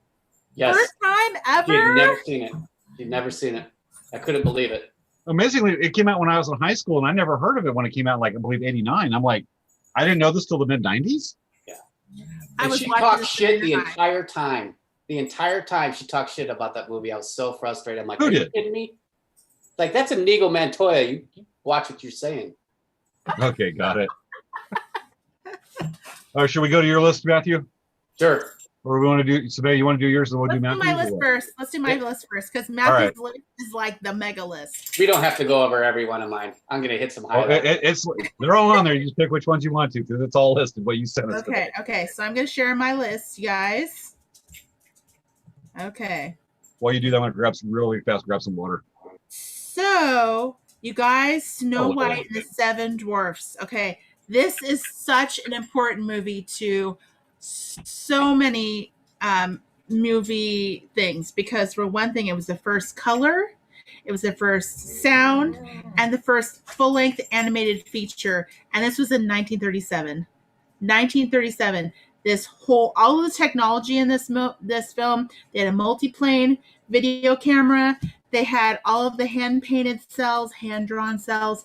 I mean, this is like the most amazing movie in regards to the history of film, in my opinion. Yeah, I mean, I just a lot love- of Disney films really hold up pretty well, minus the ones that were completely insensitive. You know, so there's definitely Disney movies that didn't stand the test. Yeah. So in regards to some like social stuff, I mean, you know, the princess and she like her mom is gonna kill her and all this like all the bad stuff in this. It's sad. It's a grim tale or it's one of those fairy tales. But I'm talking about just the whole background of this film and how much technology it was in the 30s to make something this amazing. So that's why I actually put this on there. Okay, so my next one. Dopey was my favorite dwarf. Oh, Dopey's everybody's favorite dwarf. They should be. He was the best one. So I chose Singing in the Rain In because Technicolor. yes, okay, it had Gene Kelly, awesome dancer. It had Debbie Reynolds. If you guys don't know who Debbie Reynolds is, she's the mom of Princess Leia. Oh yeah, that's right. Okay, and then Donald O'Connor. The music in this show is amazing. It actually has the whole story of like the sound movies and the talkies and the silent films and the transition. And it's such an amazing story. I love it. Every time I see it, it makes me smile. I get happy. I love it. Okay. Well, my dad and you could talk about Singing in the Rain all the time. He loves this movie. It's one of his top favorite. Of course, I put Shawshank Redemption because this is a fantastic movie. It is really a good movie. I really love it. I still That's think a great poster. Yeah, I don't think right? I've seen that one before. Yeah. I was like, it's like, oh. There was Hey, dogs. See, they're There getting was mad somebody because they're talking. like, hey, She hates that poster. okay. I put Star Wars Yep. because, Star Wars is like, for me, I know that like Star Trek, Star Wars, all this. Okay. So this film did so much for so many people. And it goes back to the whole, it started so much for everyone. Well, yeah. Star Wars is so huge. Like this is, There's so many things that could have gone wrong with it, but everything went exactly right with it. I saw that movie Yeah, 7 times in the theater that summer that it came out. 7. Everybody's birthday party was going to Star Wars. yeah. And it was like the biggest like toy sales. I mean, just crazy everything. So, okay. And then this one It was is an like this original sneaker. from my collection when I was a kid. Oh my Look at gosh. that. Luke. Luke. I have a Yoda. I have the Yoda, and he has like the robe, and he has the snake and the cane. I have the original one. What was Matthew? What was your reaction? We can't give it away because some people may have not seen the end of season 2 of The Mandalorian. But what was your reaction to that final scene? I'm forgetting what it was. I love Episode 6. Episode 6. Grogu. They're on the ship. The Imperial Oh yeah, that was pretty sweet. That was pretty Oh, sweet. yeah. I wasn't Green expecting lightsaber. that. Yeah, I wasn't expecting that. I'll tell you what. It's like for Mandalorian, the first season, Bill Burr. I love Bill Burr. I love him as a comedian. But his outfit with his guns up by his face in season 1 was just terrible, just absolutely terrible. And I was so mad because it's like I love Bill Burr. I love his comedy, but he's so bad in this episode. It's like I can't get it back. But season 2, when he has that scene with the Imperial guy, he put himself up there with Han Solo. Dude, that was Han Solo, Greedo level acting. Bill Burr, you're completely redeemed in my eyes. Okay, that's all I got to say. Got it. It's awesome. Okay, so this one is my I snuck it in. It actually was released in 2001, but this film was filmed in the 1990s. And this is, Today, that's how you're going to split hairs. You could throw it in there, huh? yes, I'm going to sneak it in. This film is like, it's a French film. Hey guys, come on, quiet down. Don't like the French either. Frenchy film. It's all in French. There's subtitles, but the story is so great. It's such great a story. fun movie. the cinematography and the color filters, everything about it is just such a cool film. Like the cinematography, the colors, the storyline, and the fun of the storyline. It's such a good movie, and I could watch this over and over and over, and I love it every time. And I think I'm going to actually watch it this weekend because I haven't seen it in a long time. Yeah, I feel like Jean-Pierre Jeunet sits around and does illustrations with Wes Anderson in some cafe.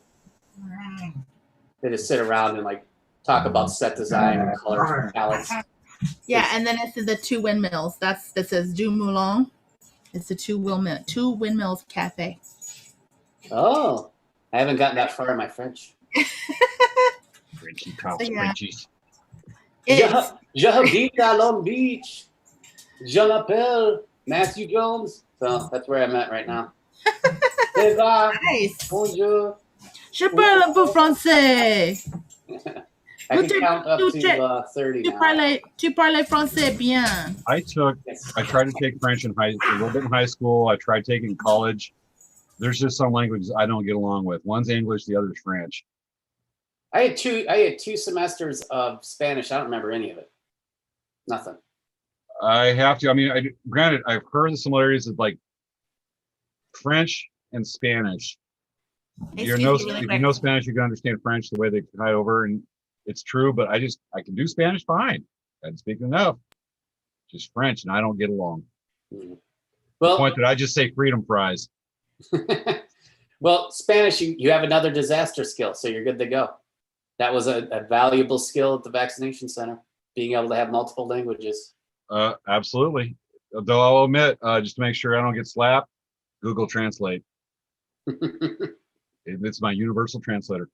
Looks like Savea may be chasing after Mochi and Chewy, probably barking again or chasing the cat. So while we're doing this, let's go and move on to your slides, your picks.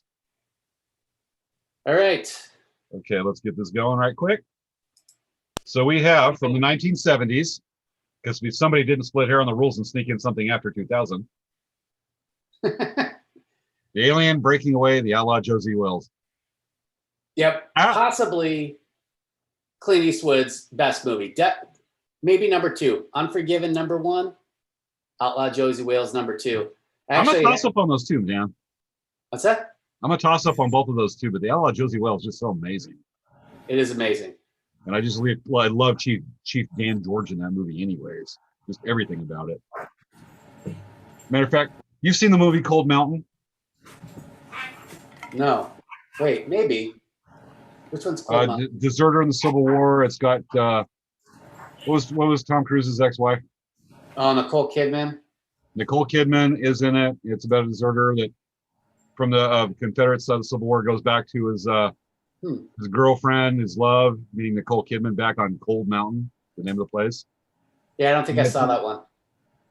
Might be worth checking out. I enjoyed it. I was originally like, it's about a deserter. No. And then I got forced to watch it by my little brother and a couple of his friends, and they said, I'm like, yeah, this is good. And in weird ways, it's comparable to The Outlaw Josie Wales, which is crazy. I've never seen Breaking Away.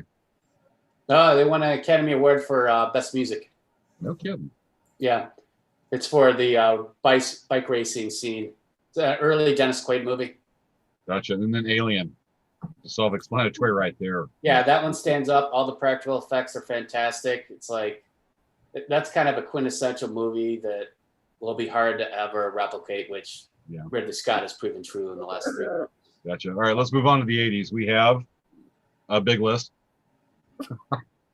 Well, Alien, you know what? I messed that up. obviously. Godfather 1 and 2 are the 70s, and so is Apocalypse Now, so I didn't break those apart. So those should have been on my 70s list. And honestly, it's like, if you've never seen The Godfather, you are going to be terrible at Jeopardy. You got to get up on that. If you don't know The Godfather, how do you know when someone calls you Fredo that they're insulting you? Just from the cultural references and YouTube clips. Yeah, you have to watch The Godfather 1 and 2. There's 2 of the best movies that were ever made.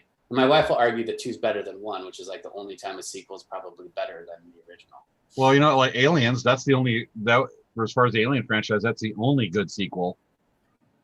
Yes. Though Prometheus was pretty good in the other one. Well, actually, they were okay. Yeah, I enjoyed them, and I'm like, keep making your movies, Ridley Scott. You're going to get my money. Well, I mean, if you look at Alien versus Predator, I only watch after the fighting. It's the same reason I watch a Transformers movie. I just want to see what giant robots beat the hell out of each other. Yeah. It's like Alien versus Predator. You don't watch it for the acting, for the plot. So Yeah, some of these had sequels that were really, really popular, like Romancing the Stone. I think it was Jewel of the Nile. Yeah. And Oh, that that's was Nearly really as good, but still fun. Still And then fun. Raiders of the Lost Ark had lots of sequels. Yes. And I didn't put Temple of Doom in there. It's like it's going to be the best. Because I feel like some of the stuff that their effects are a little hokey in that movie. But I think they followed it up with the Last Crusade pretty well. It's like if you're talking about someone who's like, I'm not watching anything before 2000. You know, it's like I'm not sending them to watch Temple of Doom because he'll just come right back. March is like, okay, I get it. Okay, so you're but then again, giving a after list Temple for of my Doom, we did brother. get The Last Crusade. I'm gonna have to give my brother this list of movies that he has to watch. Yeah. Well, just as an example, look at the franchise we see being brought back today. Like, where is it? Of course, Alien's still going on. Yep. No remake of The Shining can ever top that one with Jack Nicholson, but like the Terminator series. They remade Ghostbusters. Ghostbusters. There's another one coming out with the original with Dan Aykroyd and Bill Murray. Yeah. I still enjoyed the new one. I like Really? the new one. It was fun. I couldn't get into it.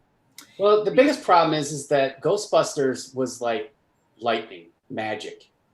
It's such a good movie. It still stands up. The effects are good. It's hilarious. And any like dated effect that you may complain about is completely overshadowed by the base level humor of the three guys just reacting to all that crazy stuff. It's like that movie will still like live on. It will still stand the test of time because one, it's not really very topical. It's just all kind of like ghosts and them making fun of each other for slime and stuff. It's like Ghostbusters is one of those movies that steals time from my life. Like, you know, like when Ferris Bueller or like Forrest Gump, like I'll just sit down and watch 20 minutes of it, you know, even if it's like on TBS or whatever, except when Mama dies, then I got to go. I got to get back to what I'm doing. So I'm not, or Jenny. When Jenny or Mama dies, I'm out on Forrest Gump. Can't do it. Yeah, really. 9 to 5. Is that the one with Dolly Parton? Sure. Yes. There is. That one's pretty funny. It's pretty funny, but I wonder if it's a little dated because, I mean, it's all about sexism in the workplace. And granted, it still has a lot of themes with the Me Too movement that's happened over the last couple of years. So actually, it kind of makes me sad how relevant that movie may be still.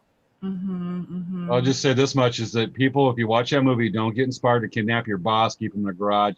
Or to give him rat poison. Or to give him rat poison in his car. Rat poison, yeah. It's revenge porn. It is. Hey, Dave Buchansky is watching. Oh, yeah? Oh, there he is. Godfather, Oscar. Godfather 2, Oscar, yep. He's probably shaking his head going, yeah, okay. Yeah. Well, I mean, just go back to some of the franchises we're still seeing going on. Ghostbusters, Die Hard, Terminator. Maya's been listing a whole bunch of movies that she loves. There's a whole bunch of movies. There's a whole bunch of comments. And it's just like there's just so many comments. It's like you can't say everything. It's already 11:30. Oh, they're getting into it. Even Wendy's piping up Outlaw Josie Wales with a big exclamation point. Yeah. Yeah, surprisingly, there's a lot of really heavy effects movies on here that still stand up. Like I watched Poltergeist recently, and that's as good as any CGI movie you've got. Oh yeah. These days. Yes. So we go to the 90s. Yes. Same with The Thing too. Yeah, we can go to the 90s. All right. Oh, by there's the way, some good classics in here. Bringing back franchises, The Karate Kid's coming back with a vengeance with Cobra Kai. Really? I know, right? It's good. Huge following. It's Matrix really good. coming back. I loved Heat. That was so good. Heat's the best bank robbery movie ever made. Oh, and the fact is that like even with the shootout, especially where they're retreating, that's been known to be shown in special ops training as well as police academies, law enforcement academies, on the proper way to do a firefight reload, as well as like the retreat and their tactics. Was so amazing in that. Yeah, I read an article about that, and basically they're saying if a bunch of actors could do it right, you could do it right. It's basically what the drill sergeant was saying. I don't think it was a drill sergeant, but Matrix was another groundbreaking game changer. So Dave Uchansky says they did make movies before the 70s. So Dave, the reason why we are only dealing with a couple decades back is because my younger brother said he won't watch any movies before they were made before 2000. And so we're giving him a list of movies basically to watch. Yeah. And in Wisdom's defense, I used to have that same rule about the 60s. Because basically until De Niro and James Dean and Marlon Brando got on the scene, most movie acting's really terrible. Like, I watched every Best Picture winner, and I'll tell you, going backwards into the 30s, it was painful. It was really hard to watch. I'm the only one that brought up any movie from the 60s. You know, a lot of the films back then, they were really written. They've really written the scripts and the storylines for the people of those time periods many times. Sure. It's like I can't watch Doctor Who like from the original series. I can't. It's so painful to watch. But it was done as a series, like as like a serial where it had like only like a 15-minute window. And like they had a whole bunch of episodes. So they had like 10 episodes for one show. And it's just, you know, one storyline, and it's like so like it drawn out. Versus nowadays, the newer Doctor Who episodes are written for this time where you have like an hour-long episode, and it's like you do the whole thing. You know, it's one continuous show. So it's really, you know, these films were written for a different generation.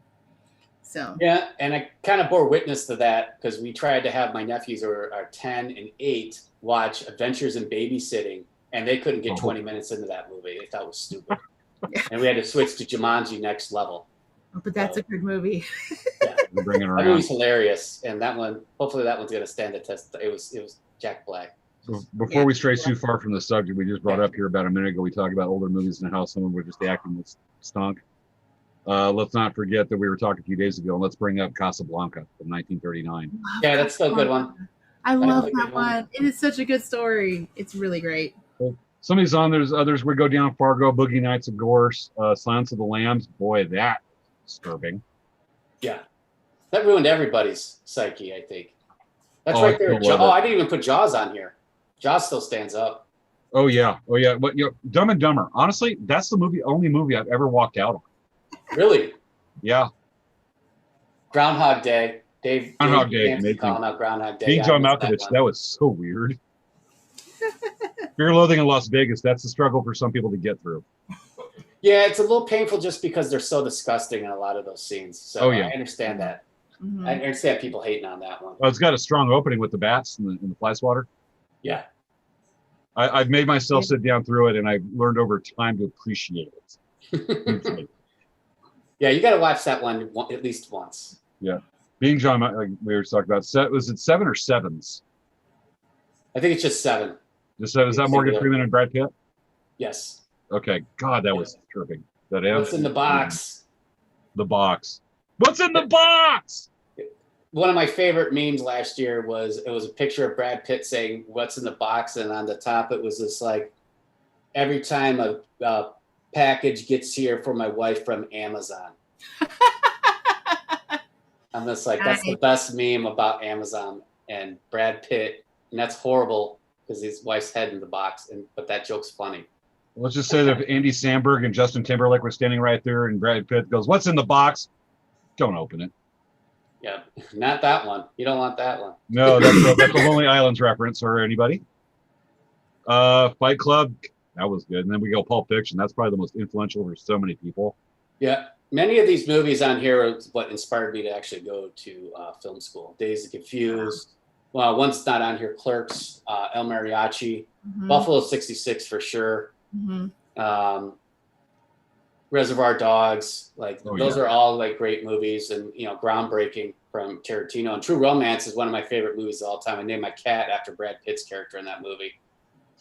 At the time, I had just gotten a new apartment, and it's the line from it's like, "All right, Clarence, I'll be able to get rid of $500,000 when I become a famous actor. But right now, I don't got a pot to piss in or a window to throw it out of. All I got is Floyd."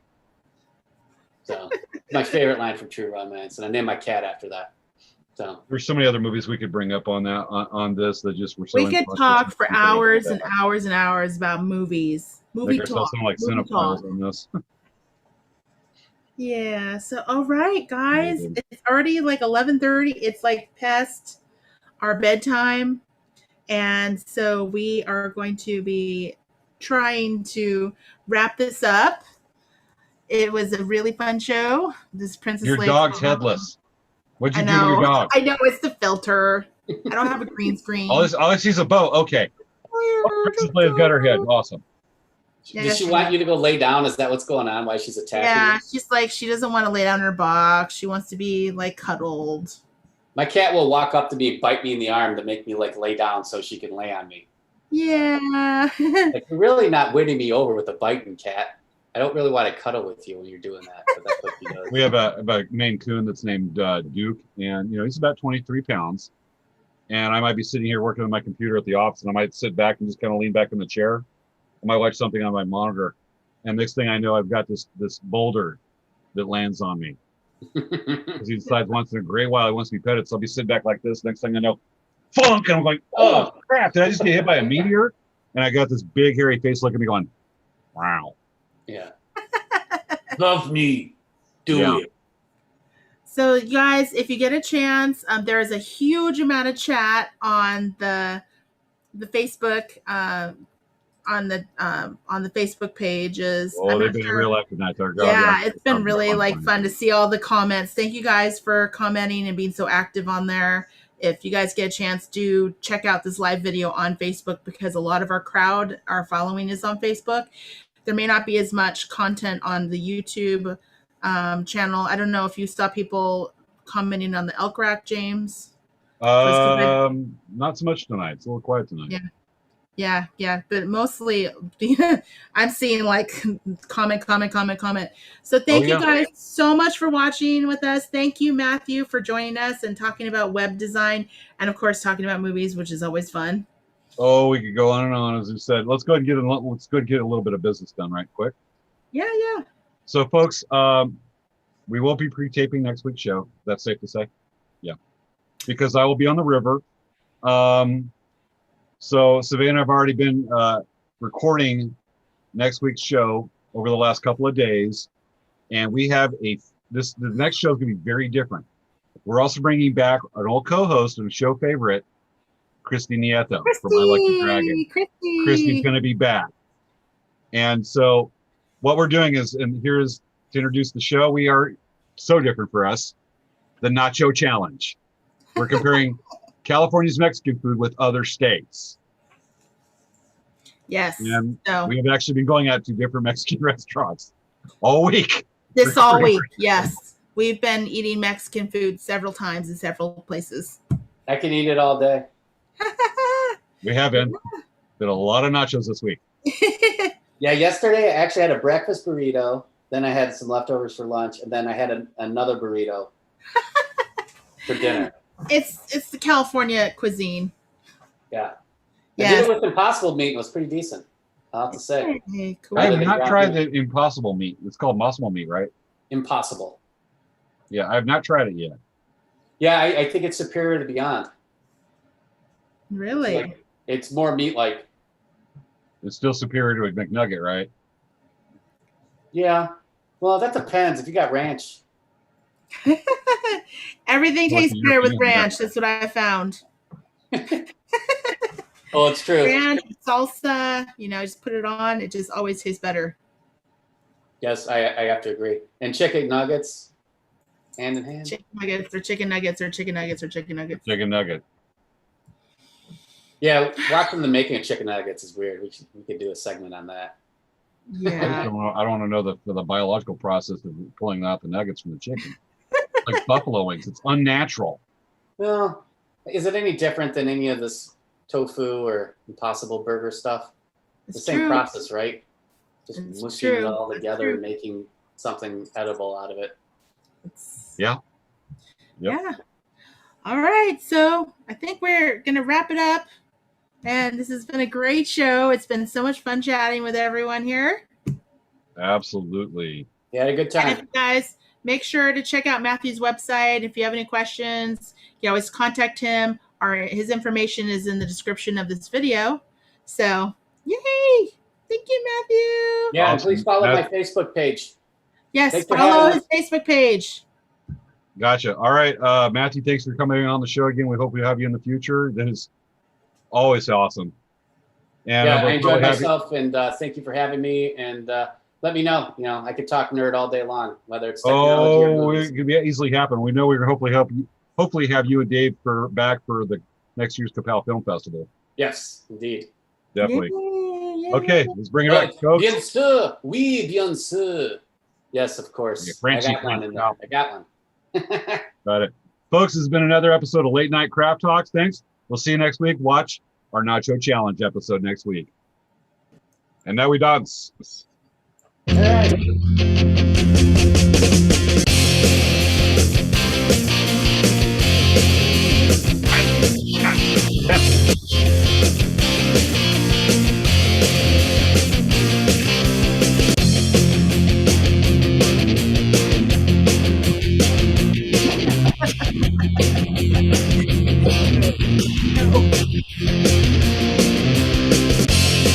Hey, you gotta pin Savannah with the dance of the dog. There it is.